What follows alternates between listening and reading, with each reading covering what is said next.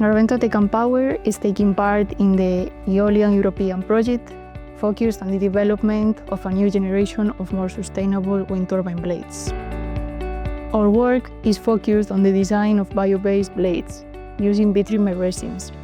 These resins have the ability to be repaired and recycled, contributing to circularity when blades reach their end of life.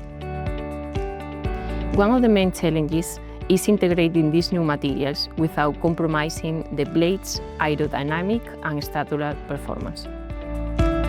We perform structural simulations, load analysis, and fatigue studies to ensure compliance with mechanical and safety requirements under real operating conditions.